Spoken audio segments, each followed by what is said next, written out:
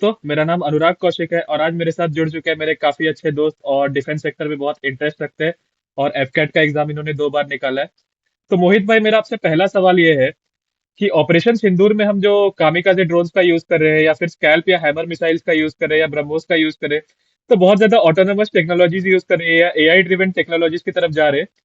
तो इंडिया के defence sector का फ्यूचर क्या है? मतलब क्या पाकिस्तान जैसे देश पर इतना ज्यादा ऑटोनोमस फीचर्स यूज करने करने भी चाहिए या नहीं? ओके। फर्स्ट ऑफ ऑल ये जो अभी यूज किए थे ऑपरेशन सिंदूर में वेपन्स वगैरह, जो कामिकाजे ड्रोन्स है या ब्रह्मोस मिसाइल है, स्कैल्प मिसाइल है, या इवन एयर डिफेंस के लिए जो आकाश मिसाइल यूज किया था या S-400 यूज किया था, वो अलग अलग प्लेटफॉर्म्स के थ्रू यूज किए जाते हैं। वो एक सिंगल सिस्टम से नहीं यूज किए जाते हैं।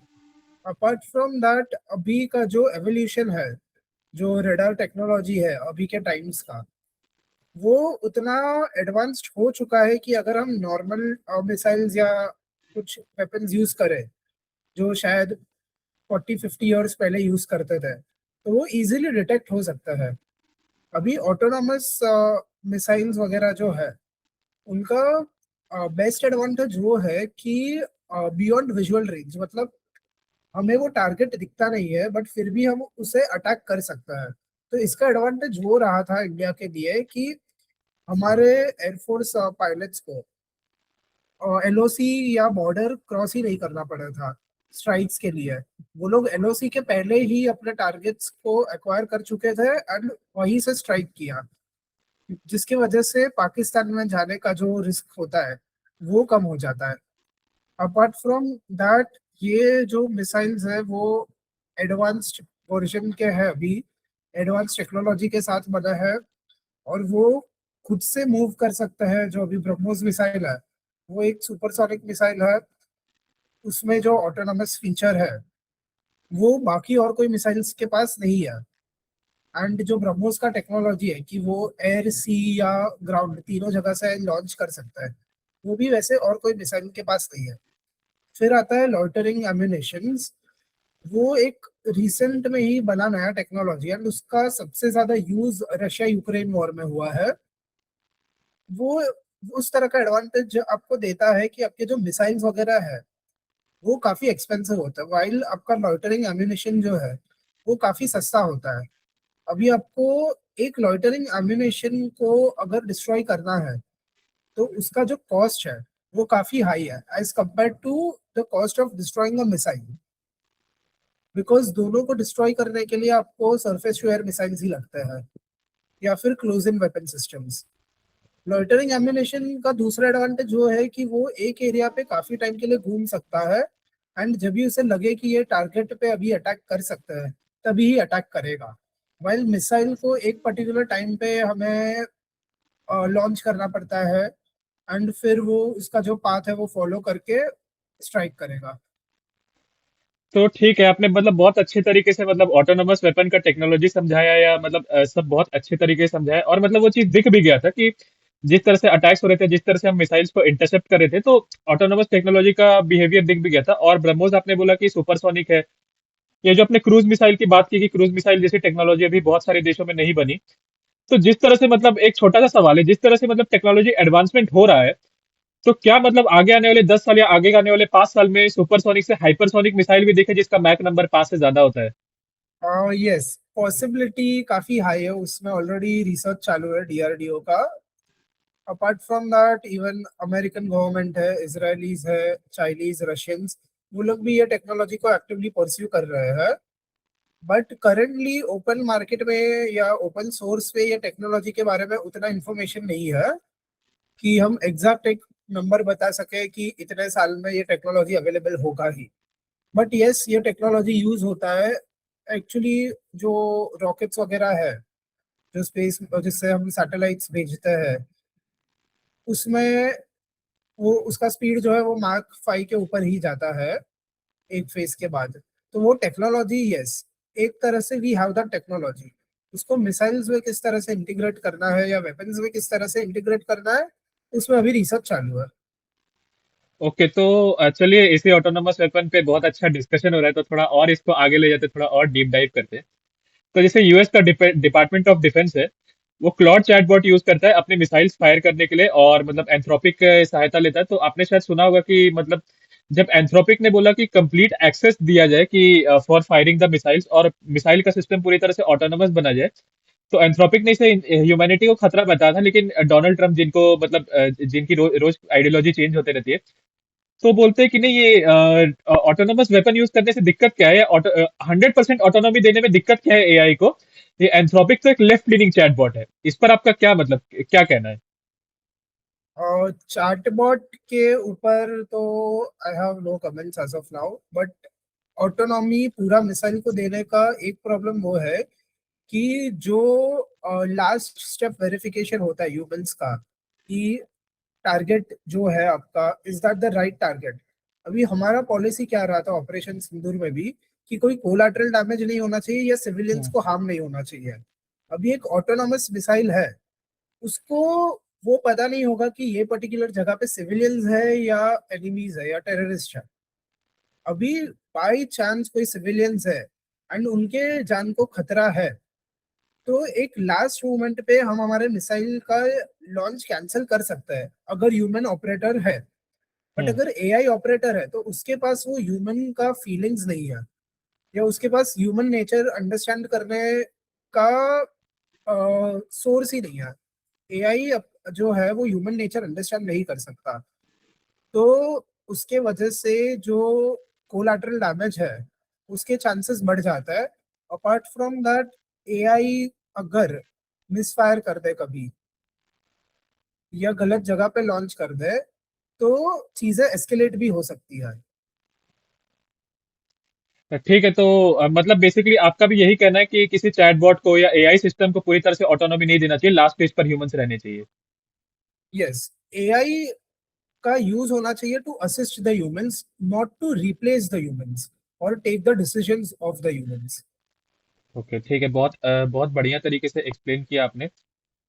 फिर उसके बाद थोड़ा हम चले जाते हैं थोड़ा इसके अगले सेगमेंट पे। तो ऑपरेशन सिंदूर में मतलब हमने एक स्पेसिफिकली टारगेट किया था, चाहे मरकज तैयबा पर, चाहे चाहे मरकज सुबहान अल्लाह, जो जैसे मोहम्मद की एक जैसे मोहम्मद की टेररिस्ट साइट है, या मसूद अजहर की टेररिस्ट साइट है। तो हमने पर्टिकुलर मतलब एक टारगेटेड और एक प्रिसीजन स्ट्राइक किया था। तो इस पे मुझे पूछना है कि किस तरह से मतलब ये हमारी हमारी एयरफोर्स और मतलब तीनों सेना इतना कोऑर्डिनेशन कर पा रही है कि ओके। एक टारगेटेड वे में कर पा रहा है, कोई कोलेटरल डैमेज नहीं हो पा रहा है। ओके, तो ये जो है ये एक कंटिन्यूअस अप्रोच है जो हमारे सेना यूज करते जा रही है। तीनों सेना का अगर आप कोऑर्डिनेशन देखो, it goes back to the 1971 war, जब बांग्लादेश को लिबरेट किया था। तभी भी हम्म। तीनों सेना ने मिलकर कोऑर्डिनेशन में अटैक्स किए थे, कि इन्फेंट्री के साथ एयर सपोर्ट था, नेवी और एयरफोर्स ने कराची पे अटैक किया था। वही फिर हम देख सकते थे कारगिल युद्ध के समय, जब नेवी ने कराची पे एक पार्शियल ब्लॉकेड इम्पोज किया था, एयरफोर्स का ऑपरेशन सफेद सागर था और आर्मी का ऑपरेशन विजय था। तो वो लोग एक दूसरे को कॉम्प्लीमेंट कर सकते थे। हम्म। सेम वे वही आगे बढ़ते हमने देखा कि जो करंट गवर्नमेंट है वो लोग ने सीडीएस का पोजीशन लाया, चीफ ऑफ डिफेंस स्टाफ, जिसके वजह से तीनों सर्विसेज के बीच में इंटीग्रेशन बढ़ गया। साथ ही साथ इस बार ऑपरेशन सिंदूर में इसरो ने भी काफी मदद की थी। इसरो के चेयरमैन वी नारायणन सर ने कहा था कि इसरो के 10 सैटेलाइट से जो कंटिन्यूअसली पाकिस्तान को मॉनिटर कर रहे थे, बॉर्डर का एरिया, पाकिस्तान का एरिया, एंड वो सैटेलाइट के imagery and satellite data use करके हम पिन पॉइंट कर सके थे कि टेररिस्ट कैंप्स किधर है, उनके लोकेशंस क्या है। तो सबसे पहले इसरो का हाथ आता है फॉर द सैटेलाइट इमेजरी। उसके बाद जो हमारे अननोन गनमैन बोल सकते हैं, रॉ के ऑपरेटर्स को, वो लोग का भी एक बड़ा हाथ आता है फॉर ऑन ग्राउंड रिपोर्टिंग, कि एग्जैक्टली वो कैंप में कितने लोग हैं, क्या वर्किंग होता है, सिविलियंस है उसके आजू बाजू की नहीं है, फिर सिविलियन एरियाज आइडेंटिफाई करना। साथ ही साथ करेक्ट मिसाइल्स चूज करना, किस तरह से वो ऑपरेशन को एग्जीक्यूट करना है, किस तरह से जो चाइनीज रेडार सिस्टम्स है उनको बाईपास करना है, इलेक्ट्रॉनिक वॉरफेयर कैसे यूज करना है, वो सब एक बहुत ही इंपॉर्टेंट रोल होता है जो डिसीजन मेकर्स यूज करते हैं अभी के टाइम पे। और हमारे एयरफोर्स जो है वो एक सेंट्रलाइज्ड कमांड के बेसिस पे काम करता है, जहाँ उनके उनको सैटेलाइट के थ्रू डेटा मिलता है। फिर अलग अलग कमांड स्ट्रक्चर्स होते हैं जो इंटर ऑपरेशनल होते हैं। वाया सैटेलाइट कम्युनिकेशन वो लोग एक दूसरे से बात कर सकते हैं। एंड वो सब मिला के वो लोग प्रिसीजन स्ट्राइक्स प्लान करते हैं। आपने देखा होगा कि तुरंत पहलगाम अटैक के बाद अगले ही दिन पे स्ट्राइक्स नहीं हुए थे। पहले वो एक प्लानिंग फेज होता है, उसके बाद वो लोग ड्राई रन्स करते हैं, वो लोग के भी कुछ प्रोसीजर्स होते हैं वो फॉलो होते हैं। वो लोग टारगेट्स देखते हैं, टारगेट्स पे स्काउट करते हैं कि जो मूवमेंट हम लोग को लग रहा है वही रिपीटेड पैटर्न हो रहा है कि नहीं, सो दैट सिविलियन डैमेज सबसे कम हो। एंड उसके बाद अटैक करता है। ये पैटर्न हम लोग ने उरी के बाद भी देखा था, सर्जिकल स्ट्राइक्स के वक्त, एंड ऑपरेशन बंदर के टाइम भी देखा था, पुलवामा के बाद। ठीक है, तो मतलब बहुत अच्छी तरीके से एक्सप्लेन किया। अब इसके एक दूसरे साइड पर देखते हैं। तो जब जब ऑपरेशन सिंदूर होता है और उसके बाद मतलब 7 या 8 जून को प्रेस कॉन्फ्रेंस की जाती है, तो उसमें कर्नल सोफिया कुरैशी जी भी या हमारे फॉरेन सेक्रेटरी भी या प्रेस ब्रीफ में भी ये कहा जाता है कि this is an deterrent strike and this is non collateral strike and this is an operation against terror. ये चीज क्लियरली क्लासिफाई की जाती है। कहीं भी ये जिक्र नहीं होता कि हम पाकिस्तान के अगेंस्ट वॉर वेज कर रहे हैं या कोई वॉर का इंटेंशन है।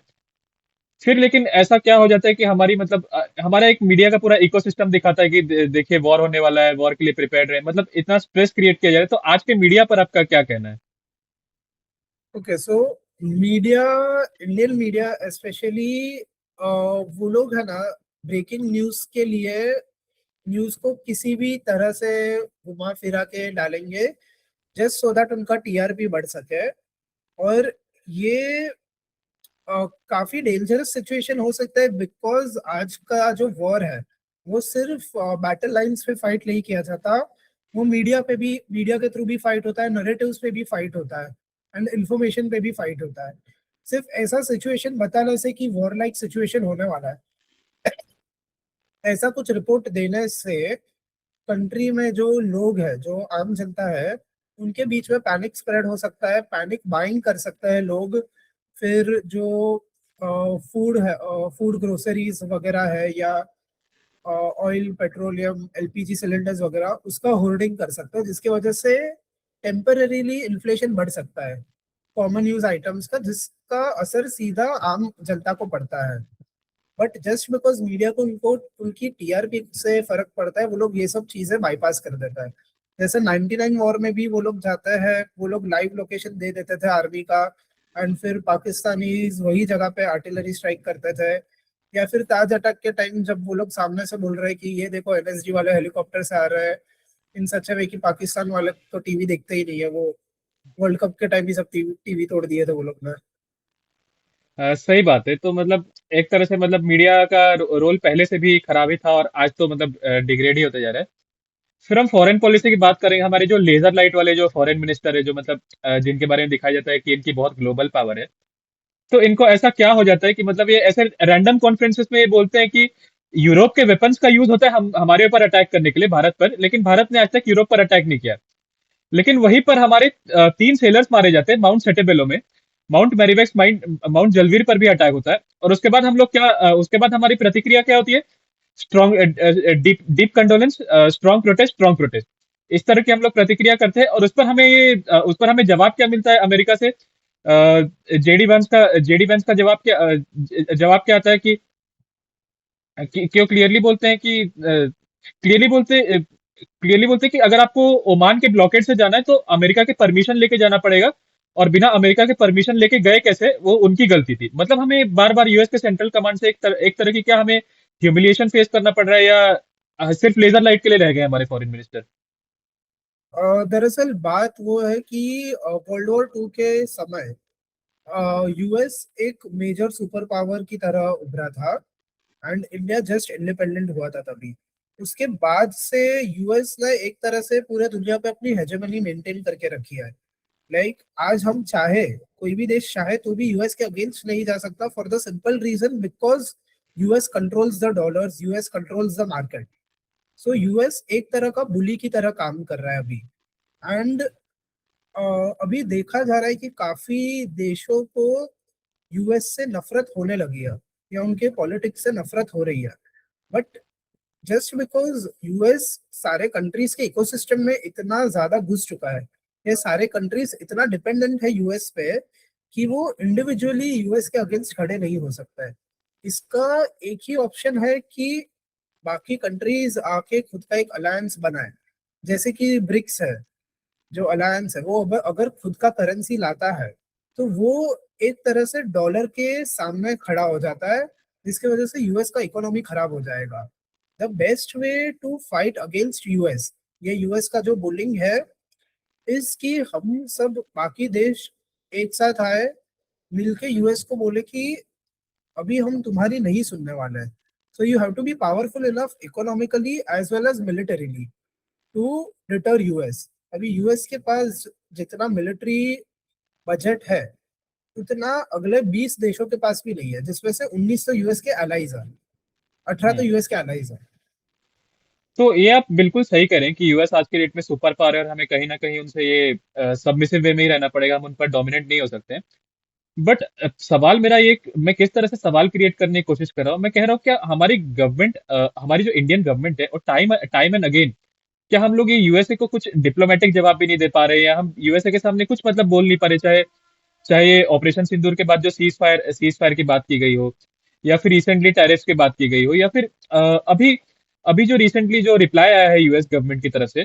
तो इस तरह के रिप्लाई पहले भी आए थे, लेकिन हमने उनके एम्बेसी को कंट्रोल किया, या हमने उन्हें कुछ डिप्लोमेटिक जवाब दिया था, या हमें हमने डिप्लोमेटिक दरवाजे बंद किए थे। बट आज की गवर्नमेंट को देखें तो हमें ओपनली बोला जा रहा है कि हमारी परमिशन लेनी होगी, या इस तरह से डोमिनेट किया जा रहा है। तो क्या हमारी गवर्नमेंट इस मामले में पीछे रह रही है, प्रेजेंट गवर्नमेंट? अभी प्रेजेंट गवर्नमेंट का एक प्रॉब्लम वो है कि वो लोग मेजोरिटी में नहीं है, वो एक माइनॉरिटी गवर्नमेंट है, तो शायद उसका असर हो सकता है वो लोग का डिसीजन मेकिंग पे। दूसरा, जिस तरह से एरेटिकली बिहेव कर रहा है Donald Trump, hmm. As a government और as a leader, you don't want कि कुछ तरह से तो उसके गलत साइड पे आ गया एंड वो वापस और टैरिफ्स वगैरह डाले या कुछ हो, बिकॉज उससे उनकी इकोनॉमी को तो नुकसान हो ही रहा है, बट उसको उससे फर्क नहीं पड़ रहा, बट हमारे इकोनॉमी को भी होगा नुकसान, जिससे हमें ज्यादा फर्क पड़ सकता है। तो एक तरह का सेफ गेम अभी शायद खेल रहा है, ताकि यूएस के जो मिड टर्म इलेक्शंस आ जाए उसमें फिर अगर डोनाल्ड ट्रम्प माइनॉरिटी में चला जाए, एंड उसके बाद वंस डोनाल्ड ट्रम्प का खत्म होता है टेन्योर, उसके बाद वो वापस प्रेसिडेंट तो बन ही नहीं सकता है, तो ओवरऑल टाइज नॉर्मलाइज हो जाएगी एंड अक्रॉस द कंट्रीज वो देखा जा रहा है कि ट्रम्प को इग्नोर करने के लिए या उसको बाईपास करने के लिए फिर बाकी देश अपने बीच के टाइज बढ़ा रहे हैं। जैसे कि अभी इंडिया पे टैरिफ्स डाले, यूरोप पे टैरिफ्स डाले गए, तो इंडिया और यूरोप ने ट्रेड अग्रीमेंट साइन किया, तो वो अभी एक तरह से बाईपास कर रहा है यूएस टैरिफ्स को, बाकी कंट्रीज आपस में टाइज बढ़ाते हैं। तो लास्ट में एक आखिरी सवाल पे आऊंगा। हमारे देश में काली स्क्रीन वाले पत्रकार हैं, या जो उस तरह का इकोसिस्टम है, वो बार बार बोल रहे हैं कि रफाल गिरा दिए गए। फिर राजनाथ सिंह जी की स्टेटमेंट को कोट करते बोल रहे हैं कि देखिए 6 लोग मर गए। तो बेसिकली एक स्टेटमेंट को समझा नहीं जा रहा है कि क्लियरली कहा गया था कि रफाल फाइटर जेट के कोई भी पर्सन नहीं डेथ किए गए हैं, ओवरऑल 6 डेथ्स हुई हैं। लेकिन जिस तरह से काले स्क्रीन के पत्रकार इसकी प्रोपेगेंडा फैला रहे, तो आपका क्या कहना है इस पर? इसमें वही है कि अगर आप लोग मीडिया को ही मीडिया क्या आर्मी को ही बिलीव नहीं करते हैं एंड पाकिस्तान को बिलीव करते हैं, तो फिर शायद आपको वही साइड पे जाना चाहिए था 47 में, या अभी चले जाओ। अपार्ट फ्रॉम दैट, अभी राफेल गिराने का बात हुआ, उसके ही काउंटर में एयरफोर्स ने 36 राफेल के लिए ही अपग्रेड पैकेजेस का डील साइन किया है फ्रांस के साथ हाल ही में। जी हाँ। एंड जो ऑपरेशनल स्क्वाड्रंस है राफेल के, वो वैसे के वैसे ही है। वो आपको जो अम्बाला एयरबेस है वहां पे भी राफेल्स का मूवमेंट दिखता ही है। एंड जो डेथ्स हुआ था या जो क्वेश्चन रेस किया गया था पार्लियामेंट में, वो स्पेसिफिकली राफेल के रिलेटेड ही था, एंड उसके रिलेटेड ही डिफेंस मिनिस्टर ने आंसर दिया है। अभी आप लोग अगर वो ट्विस्ट करके अपने फायदे के लिए बनाना चाहते हो, तो that is something which I would say कि आप मिलिट्री को एक तरह से डिसरिस्पेक्ट कर रहे हो या उनके सैक्रिफाइसेस को डिसरिस्पेक्ट कर रहे हो। तो बहुत बहुत धन्यवाद, ये था हमारा ओवरऑल डिस्कशन। बहुत बहुत धन्यवाद हमारे साथ जुड़ने के लिए।